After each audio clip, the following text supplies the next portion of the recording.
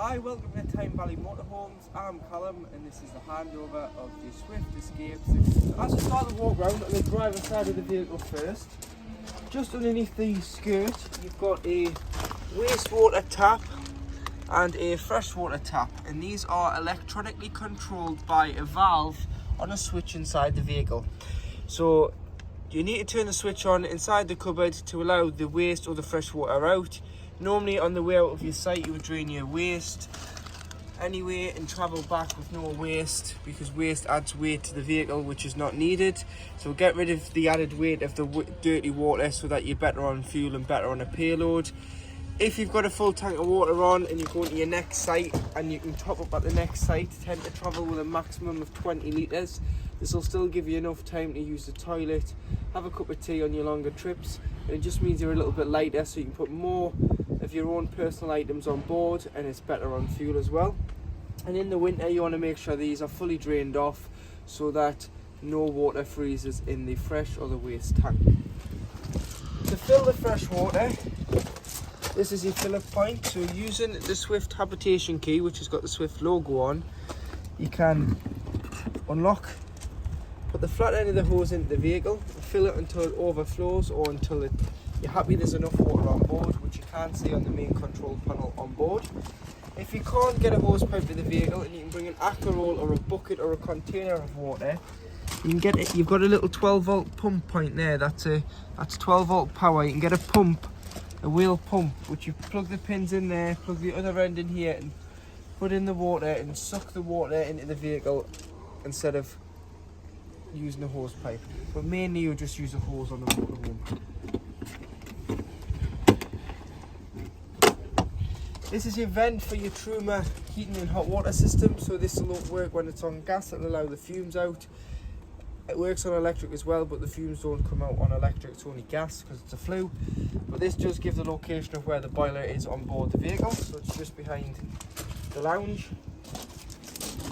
LPG, so liquid petroleum gas, this is your gas locker.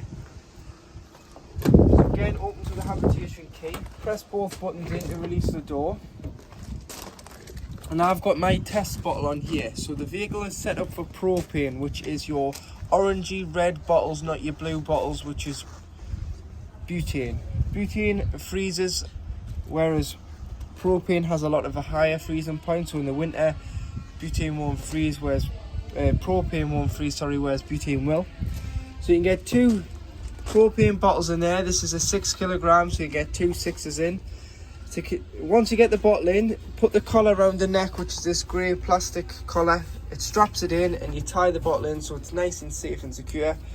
And then you can connect your pigtail, which is an orange pipe. Connecting the pigtail is very easy, so it's left to tighten, right to loosen, opposite ways with it being gas. Hand tighten onto here. Then get a gas spanner like mine or an adjustable wrench and just nip it up. So nip it up. Once it's nipped, you can then turn the cylinder on. Press the button, which is a crash valve. This black button allows the gas into here and it'll go into the vehicle. If you're still not getting gas, make sure the crash sensor on the regulator hasn't gone off, which is a 10-second reset by pressing and holding this button. And you'll know if it's come out because the orange little nib there will pop out. You just need to press and hold it for 10 seconds till it stays in. And if one bottle does become empty, you can replenish it should you have a spare, or change them round so that when you get to your local gas dealer you can change the bottle and exchange it for a full one.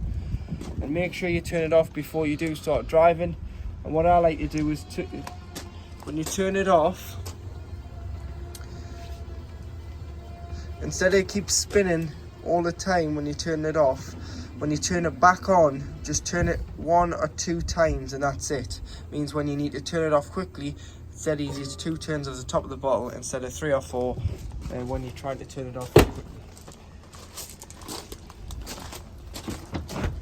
Garage, so this is your long ski garage door.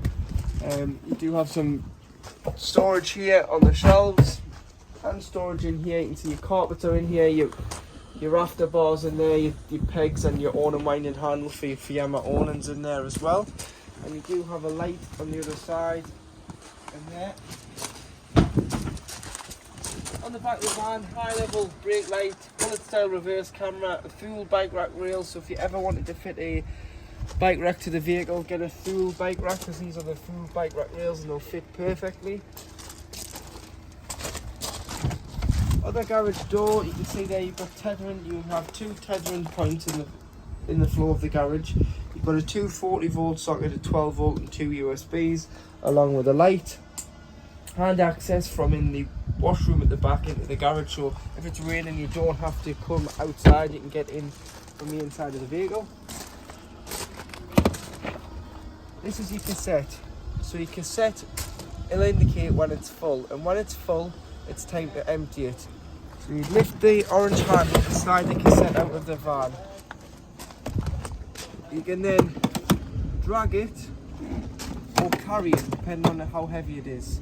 Remove the grey cap, pour the contents of the cassette down the disposal point and press the button. Once you've done that, there's normally a tap, so you put some water in, give it a rinse, tip out again before going in with a cap full of chemical. This can be blue or green and is 120 ml. Into here, and then we just push it back in the van and it's good to use. You've got some storage here, so if you want to store any bottles of chemical or anything, you can store them in here. External TV point, so this has got a max view external TV point, so you can connect there if you're on a super pitch and use their aerial instead of using the aerial on board the vehicle. External gas point, so if you plan on using a Kadak or external barbecue point, this is a bullfinch connection. So you can use an external barbecue or Kadak, put your bullfinch connection on, put some orange pipe on, which is a rubber gas pipe, connect that with a Jubilee clip to the bullfinch connector and another Jubilee clip to the barbecue or Kadak, and you can do some outdoor dining and cooking with the vehicle, and it'll use the bottle on board instead of carrying a separate one in the garage for your barbecue. Awning light, two fridge vents, F45S awning. Hook-up points, so if you want to hook it up before you go away, which is a good idea to get your fridge on and get your vehicle charged, or if you're on site, lift the collar, hook the vehicle up first, then the site, and do it in reverse order when unhooking, so that you're never walking around with a live lead in your hand. At the passenger door is where you'll find your diesel filler, which opens with the main Fiat ignition key, and underneath it's got AdBlue because it's a new style diesel engine. So it's got AdBlue, which cleans the exhaust system out at a certain temperature, and it's a 19 litre tank of AdBlue. This will last 5,500 miles. However, once you've done 4,000 miles and got 1,500 miles left, you'll get an indication that it's low and you need to replenish the AdBlue. So you can go to a pump and pay like a truck and just put the pump in and fill it, and that's probably about £1.10 a litre at the moment, or you can buy it in the drums of 10 or 5 litres and top it up. With having a garage on this vehicle, it might be worth carrying a emergency bottle of AdBlue in the back, just in case it does come on when you're out in the wilds of nowhere. You can top it up. Tyre pressures 79.5 psi front and back, which is 5.5 bar. Toolkits underneath the passenger seat, which has got a jack and a brace and a tone eye in. This does come off, this lifts out and you can bring that outside. Engine battery lives underneath the floor in this compartment here, so you've got your full engine battery underneath there, so if you ever need to change it or put a charger on, you can. However, your bonnet release is on the side of the dashboard. When the door's open, you'll be able to get to that.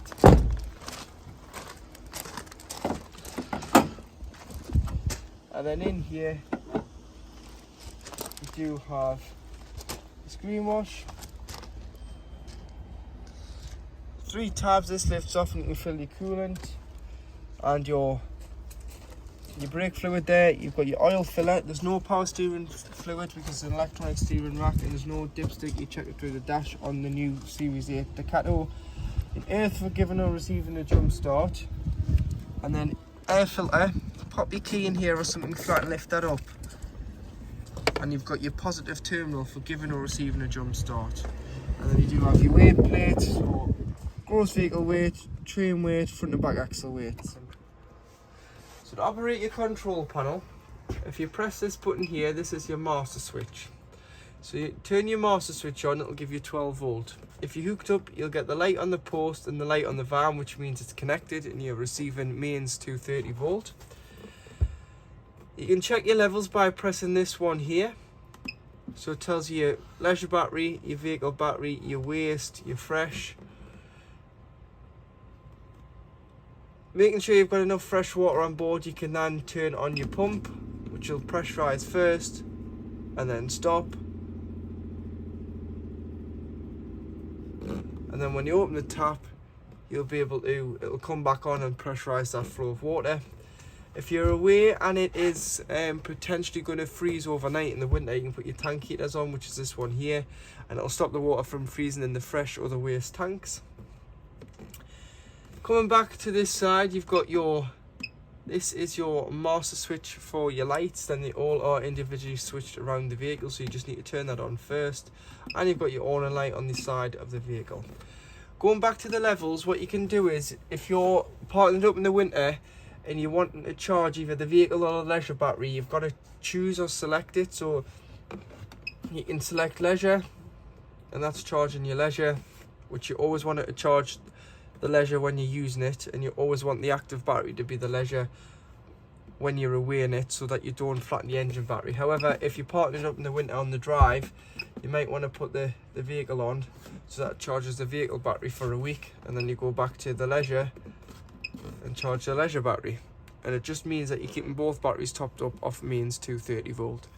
So to operate your digital Truma CP control panel, to turn the system on and off, you'd press and hold to turn it off, press it once to turn it on, and it'll come on.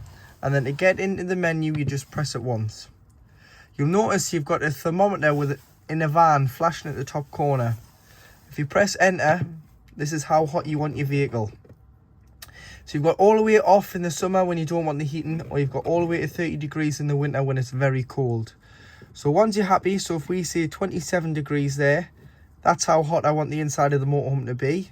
I'd press enter, and that'll save that at 27 degrees. Now you've got a thermometer in some water. This is how hot you want your water. So if you don't have any water on board, you'd have it on off.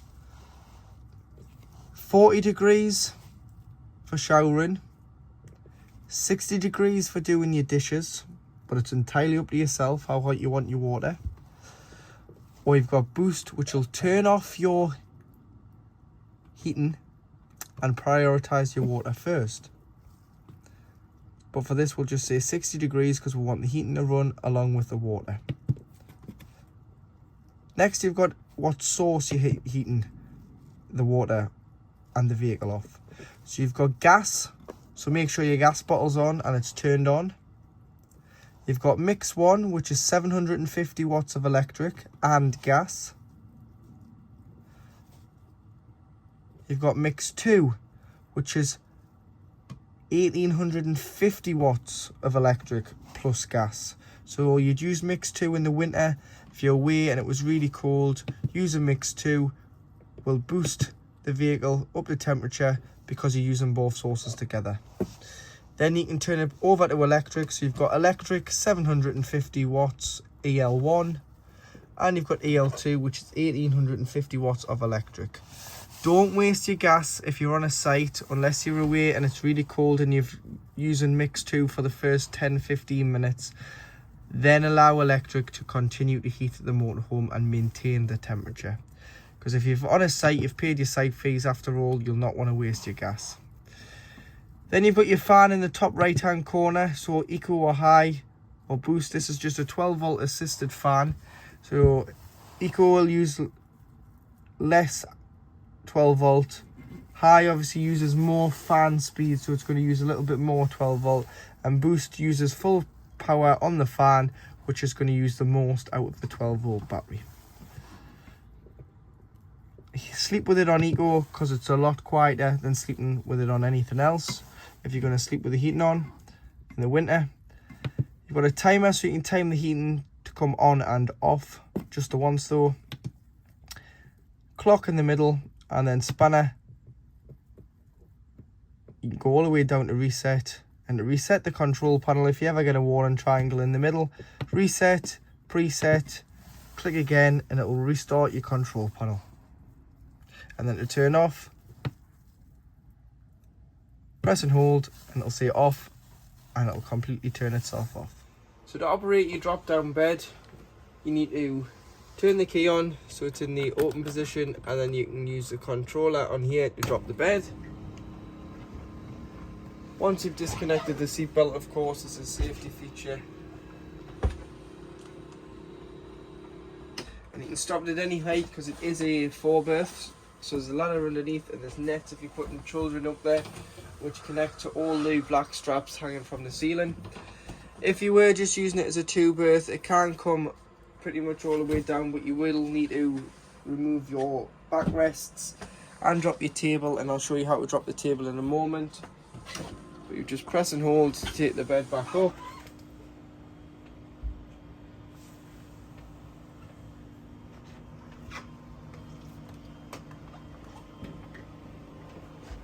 And then once it's up, pop your seatbelt on. In the winter when storing it, it's a good idea to drop the bed down slightly so that the air can circulate around the mattress, because as you can see there, it's pretty much touching the ceiling. You wouldn't want the mattress to get any damp spores on it or anything and cause any marking on the ceiling. So for the sake of it, just bring it down, and it means that the air can circulate around the vehicle. And if your 12 volt ever fails, and if 12 volt did fail, it would mean the bed wouldn't go up. So if you either got into a flat battery or there's a fuse gone or anything and you can't find it, you have an emergency fail-safe on this bed, which is underneath this panel here. So that's your motor, that's your spindle. You pop your spindle into there and you can hand wind the bed up and down, and that's located just underneath the bed, underneath this panel here. So you can get your wiring this side, and you get your override system this side. So in the kitchen area, starting in this cupboard first, you've got your cup rack in here and some storage, but you've also got 2 switches, and these are your switches for your fresh and your waste water dumps. So on a Swift, it's electronically controlled, and they're both showing green at the moment, which means they're closed. However, if you rock the switch, you hear the motor goes to red, which means it's emptying. So that's emptying your waste, that's emptying your fresh. So like I was saying, when leaving your site, empty your waste, drive with no wastewater in the vehicle. If you've got a full tank of fresh, drain that down some until it gets to about 20 litres and shut it, and then you can still use your own toilet. Have a cup of tea, make some food if you're on a longer trip and you don't want to stop at the services. But make sure in the winter that you've drained them both down before closing and allowing all the water out of the vehicle, because you wouldn't want to become a victim of frost damage with the cold freezing the water in the tanks. Here you've got some storage up here above the microwave, and you can see your microwave plug, which is going into this locker here. So if you've ever got to isolate that, you can. And you've also got a plate rack in there, but that is a Dometic 800 watt mains appliance microwave, which has got a heat pad in.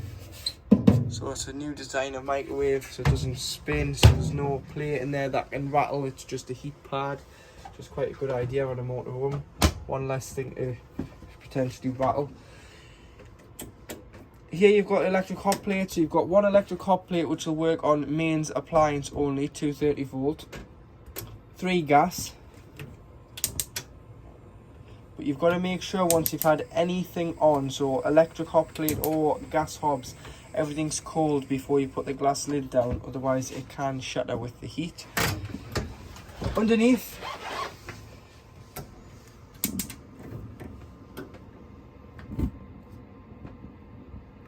grill, and underneath the grill you've got an oven. Any parts for the oven, the sticker's located here, so if you need anything, quote any motorhome dealer or ourselves, this number, we'll be able to get the right parts for this triple plux Fedford oven. Storage drawer, storage, cutlery tray, chopping board, and a drainer. So the drainer goes over the counter onto the sink. The chopping board goes over the sink to give you that little bit extra space. And you've got some storage at the bottom.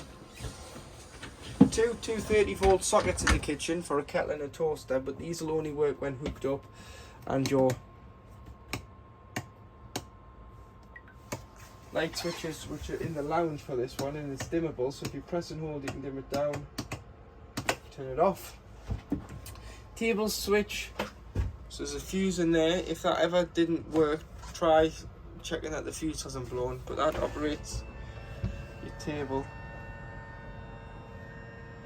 up and down in the lounge to make the second double bed.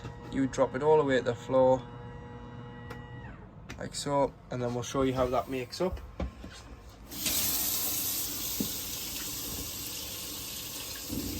You've got your pump on there, your pump's kicked in, you've got a pressurised flow of hot water, so that water is hot. So your hot water system in your pump is working as it should. So to operate the Dometic Slimline fridge, and the beauty with this fridge is the door opens either side, which is quite handy. You turn it on here, so it's a flush control panel, so you turn it on.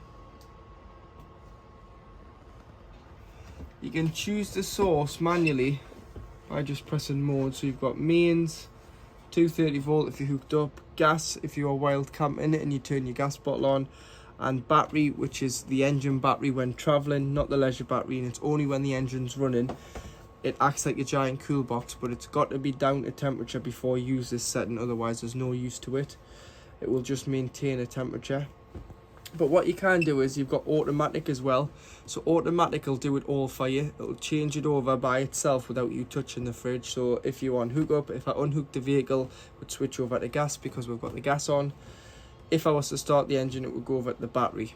It would do it all for you. The only time it'll wait is it'll wait 20 minutes before lighting on gas once you've switched the engine off, in case you've left the bottle open. So if you've ever left the bottle open, which it happens by mistake, and you want to stop at a petrol forecourt and fill the vehicle with diesel, the last thing you want is it lighting on gas where there's naked flames and naked fumes of petrol. So it does wait 20 minutes before lighting on gas. So in this case, you would just have to manually override it by pressing mode and selecting gas yourself. Temperature, so 5 when pre-chilling. Once you've pre-chilled it a couple of days before and the day before you've put your shopping in at home, you may just want to turn it down to 3 or 4 so that it doesn't freeze, but you can leave that on overnight and then the next morning unhook it. When it's on auto, switch over to battery as soon as you started the engine. Make sure with your fridge, when you're not using it, you turn it off.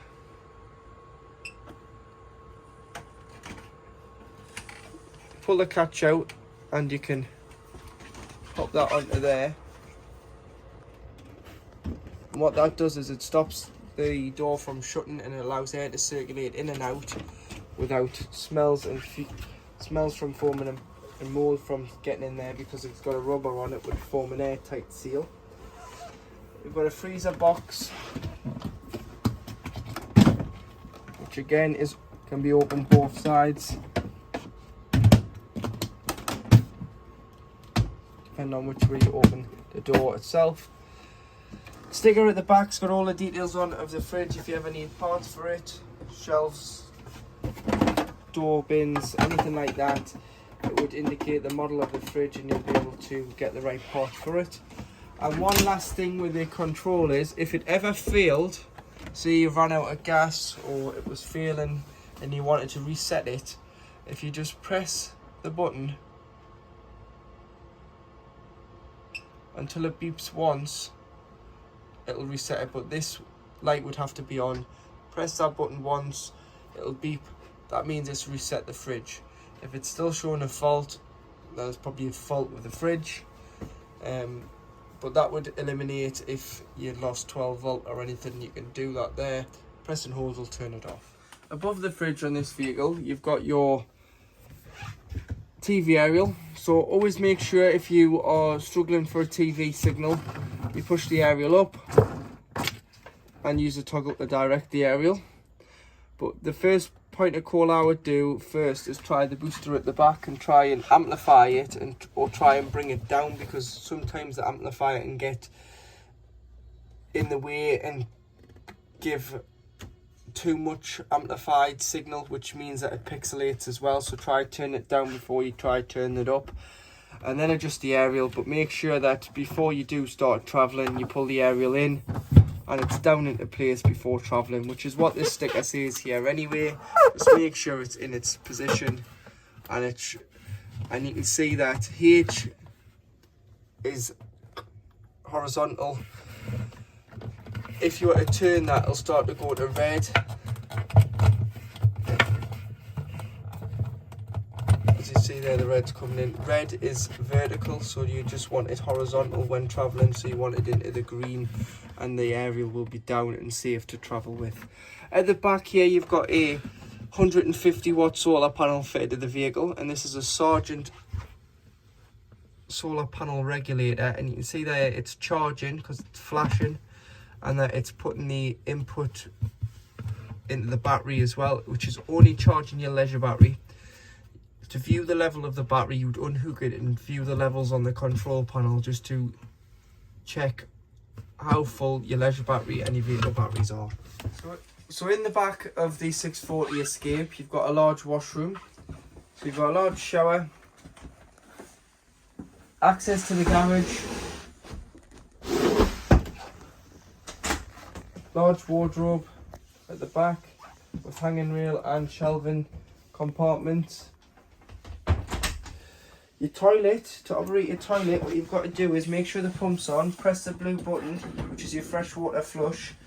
Put a small amount of flush in first, and then before you use the toilet, you want to open the blade, which is this grey lever on the pedestal, so slide it to the right.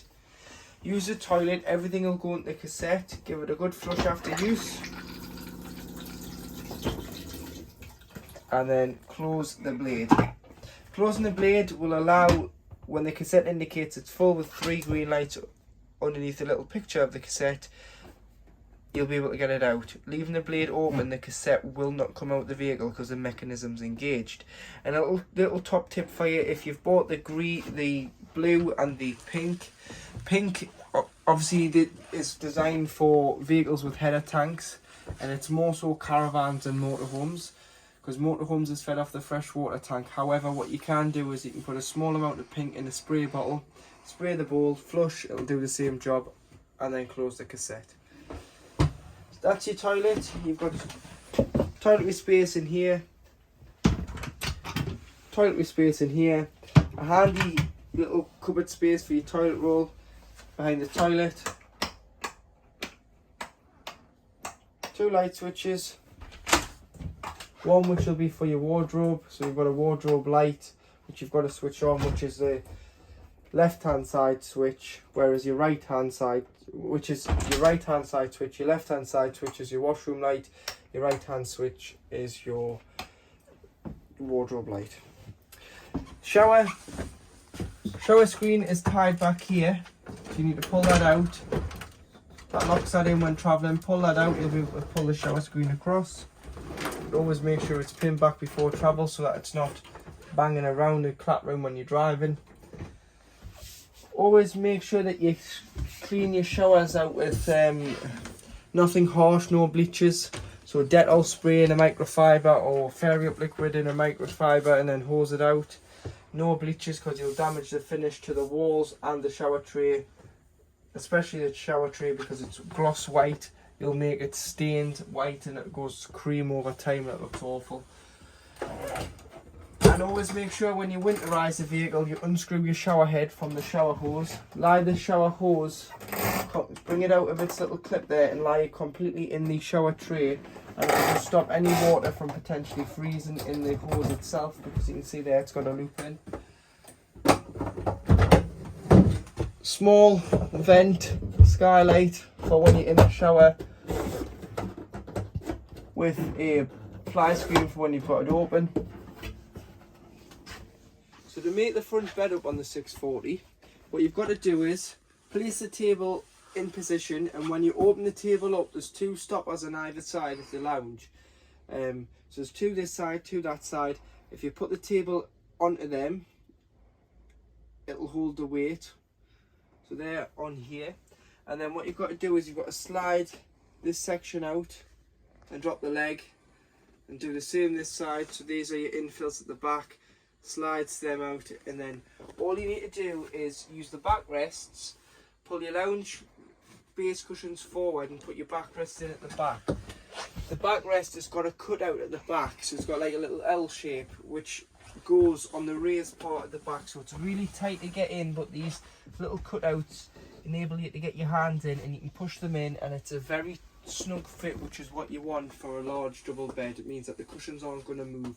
So base cushions forward, backrests at the back, and then you've got a double bed, so you can put a fitted sheet on, a duvet, and it's very comfortable this way. So with this vehicle, it's got what's known as a smart lounge. So it's got a lovely lounge when you're parked up, and then underneath it's got travelling seats. So to assemble the travelling seats, you need to turn here and pull the backrest up.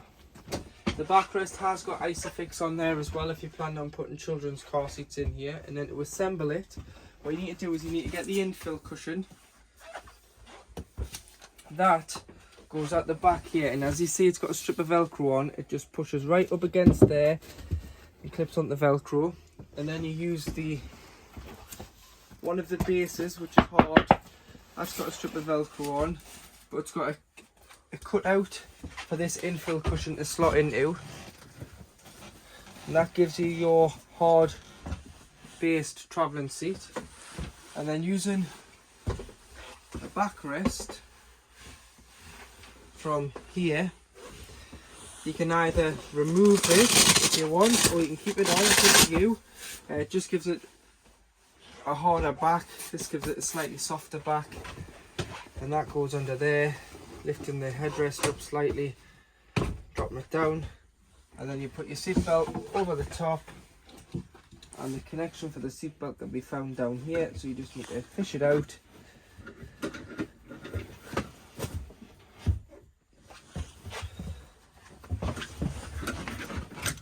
Like so, and there you have one travelling seat this side, and exactly the same the other side with Isofix. If you plan on taking children or grandchildren with you, you can fit their car seats in here, which are mounted to the chassis as well.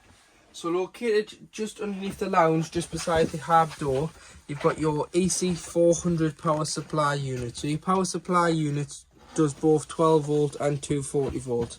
So you've got a system shutdown button here which will turn off all 12 volt. You've got all your 12 volt fuses here, and if a fuse was broken, you see you've got a green light there, you get a red light underneath the fuse. So if I pulled one out, you've got a red light, a faint red light on number 4 until I put the fuse back in. But if you wanted to check the fuse, you can check it here to see if it is broken. If it is broken and there's a problem with the 12 volt, it's probably more than likely going to be a fuse, so carry some spares with you. And you get assortment packs off likes of Amazon, eBay, or from your local car factors, and that just slots back in there. All your fuses are listed here. So your fuses are listed here. And then this side you've got your 230 mains protection, so you've got your trips. So if you trip the vehicle and it trips, you're receiving power, and you've got your MCBs here for your various items. That one obviously for your heating and hot water spur, because it lights that one up, and this one for your charger. Make sure that if you've pulled these up, just push them in, because to be fair, you don't really need to touch these, but this will turn your heating and hot water 230 volt spur on, and this will turn your charger spur on for charging your leisure battery or your vehicle battery. But if you were if you're parting it up and leaving it on hook up over the winter, what you might want to do is you might just want to knock that heating and hot water off, just in case you haven't got any water on board. But if you are wanting to put heating on very low, that would have to be on as well for that to work, so you might not want to turn that off. But just make sure, if you ever got a triangle on your heating panel and it said, and you googled the code, it said 230 volt, just check that hasn't been pressed. So just beside the kitchen, underneath the lounge is where the location of your boiler is. So this is a Truma combi boiler. So it provides hot water of 10 litres and stores 10 litres in the boiler at any one time. And it also provides the heating via air ducts around the vehicle, which you can see the pipes going off at the back. So it's very important that in the winter that you allow the water out, because if you don't allow the water out when it's standing and not in use and we're experiencing really cold temperatures, the water could freeze. And if it freezes, it's not covered under the warranty, because frost damage is your responsibility as a customer and the user to prevent it from the damage of the frost, which is allowing the water out. So once you've allowed the fresh and the waste out, and you've opened all the taps throughout the vehicle and removed the shower head from the shower hose, you'd come here and you'd lift this little tap up here, which is yellow, up on end, and you'll hear all the water draining out underneath the vehicle. Leave it like this when you're not using it, and then when you're using it, just flick it down, shut all the taps within the vehicle, shut the fresh and the waste, fill the vehicle with water via a hose pipe, start priming the system. So pump on, cold side the tap first, get a pressurized flow of cold water because it's coming from the main tank. Hot side, it'll start to cough and splutter and make all sorts of noises until you get a pressurized flow. Once you've done one tap, which is normally the kitchen, go on in the bathroom, and once you've done them all, you're ready for the season. But please drain it down the winter to avoid frost damage. And one thing when you've drained it down, so refer back to drain it down. So you've opened the valve, you've opened all the taps throughout the van, put the pump on for 10 seconds, it'll just blow any water that sits in this filter, and then turn it off. It'll stop any water freezing in here. That's all you need to do.